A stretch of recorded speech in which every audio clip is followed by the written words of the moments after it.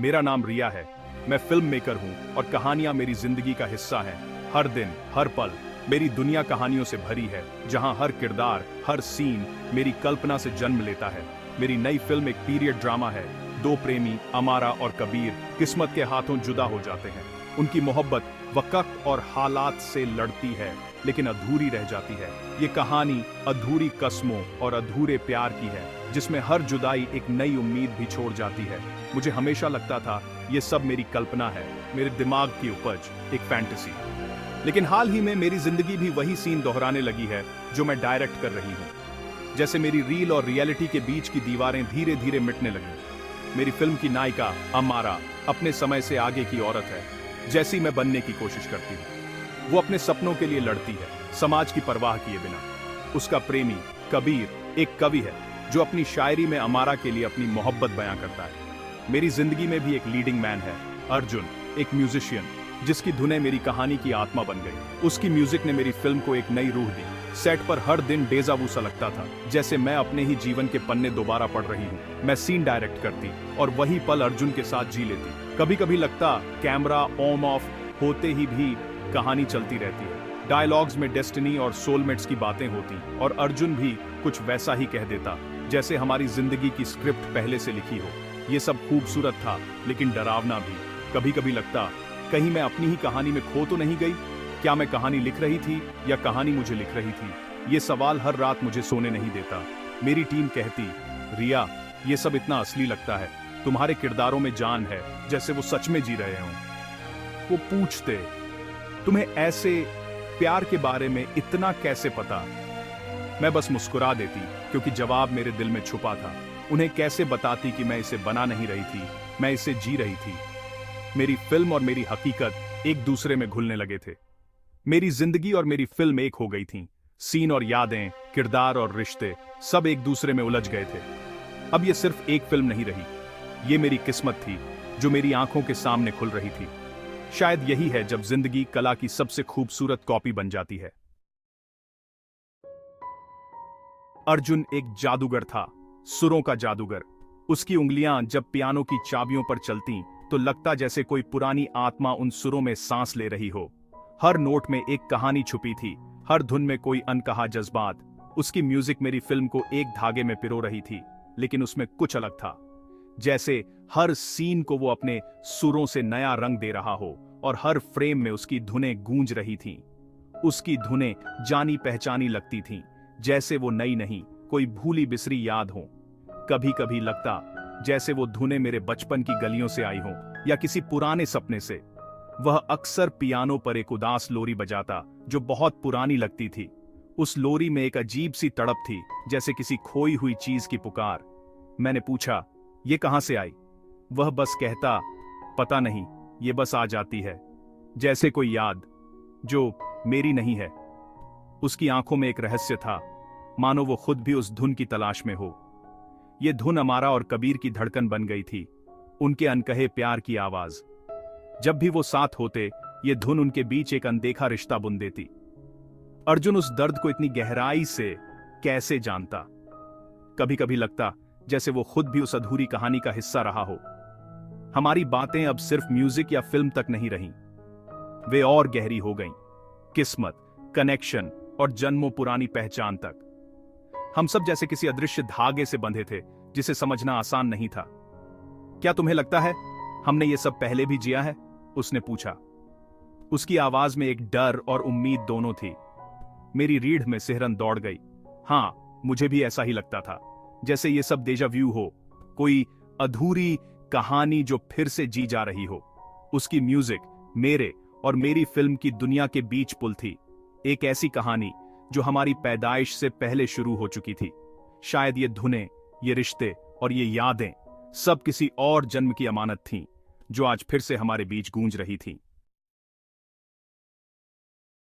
एक दिन मैं दादाजी के स्टडी में पुराने बॉक्स साफ कर रही थी। धूल से सनी संदूक में मुझे एक पुरानी पेन ड्राइव मिली।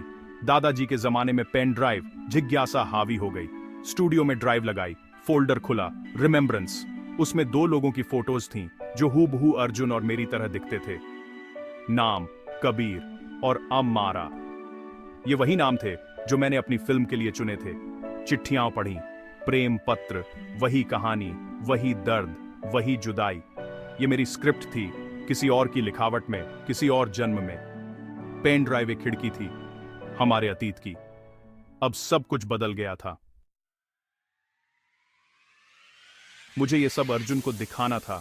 मैंने उसे स्टूडियो बुलाया और बस लैपटॉप खोल दिया। वह स्क्रीन पर कबीर और अमारा के चेहरों को देखता रहा, अपने ही किसी और जन्म के चेहरे को। उसने मेरी तरफ देखा और उसी पल हमें सच का एहसास हो गया। उस रात अर्जुन सो नहीं सका। वह पियानो पर बैठा और पहली बार धुन खुद ब खुद बहने लगी। ये कबीर और अमारा की धुन थी, वो लम्हा जो लौट आए।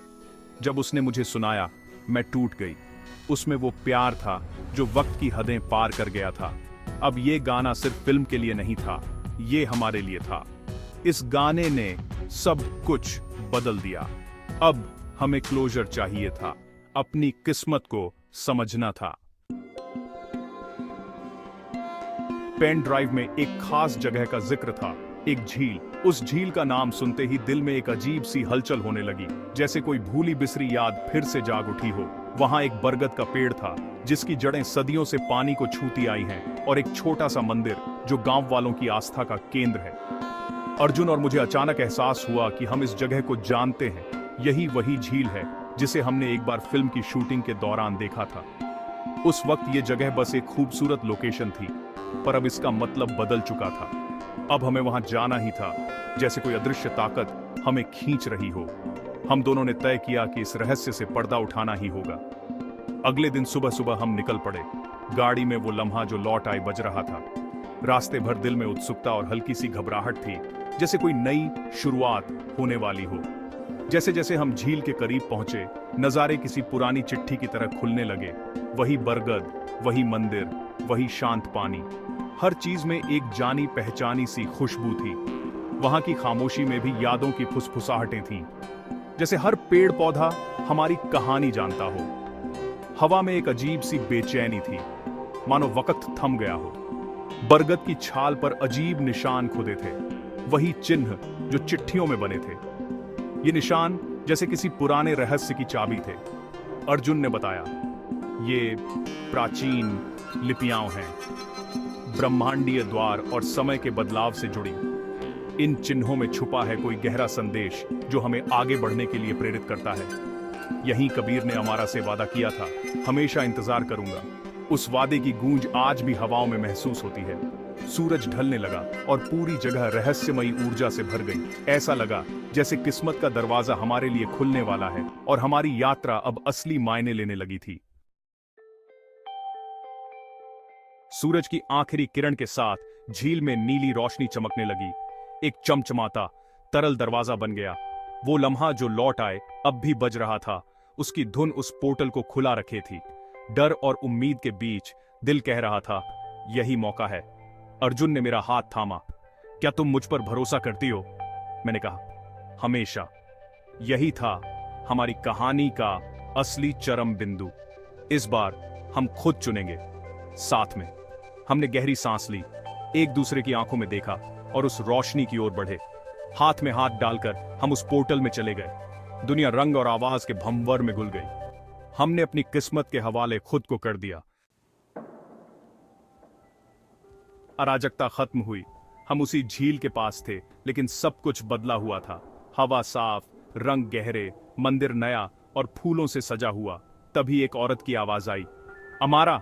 एक दयालु चेहरे वाली औरत हमारी ओर मुस्कुरा कर आ रही थी। अमारा, कबीर कहां रह गए थे? तुम्हारे पापा परेशान हो रहे थे। इस दुनिया में हमारे परिवारों ने हमें अलग नहीं किया था। हमें एक खूबसूरत घर ले जाया गया। आज हमारी सगाई थी। हमारे माता पिता जो पहले रुकावट थे, अब सबसे बड़े सहयोगी बन गए थे। जिस दर्द ने हमारे पिछले जीवन को परिभाषित किया था, उसकी जगह प्यार और अपनापन था। हमने सिर्फ समय में यात्रा नहीं की थी, हमने अपनी किस्मत को फिर से लिखा था। कहते हैं किस्मत सितारों में लिखी होती है, पर क्या सच में कहानी इतनी सीधी है? क्या जिंदगी किस्मत मान लेने का नाम है, या उसमें साहस दिखाने का भी हक है? हमारी कहानी ने सिखाया, सच्चा प्यार वक्त से भी ज्यादा ताकतवर है। ये जन्मों तक गूंजता है, धुनों में फुसफुसाता है और भूली बिसरी जगहों में सुराग छोड़ जाता है। हमने बीते वक्त की गलती को सही किया, त्रासदी को जश्न में बदला। अब हम अमारा और कबीर हैं, वो जिंदगी जीते हुए जो हमेशा हमारी थी। हमारी फिल्म कभी पूरी नहीं हुई, लेकिन हमारी कहानी को उसका परफेक्ट अंत मिल गया। अगर कभी कोई धुन या रिश्ता अजीब सा लगे, उसे अपनाओ, क्योंकि सच्चा प्यार कभी कभी किस्मत को भी बदल देता है।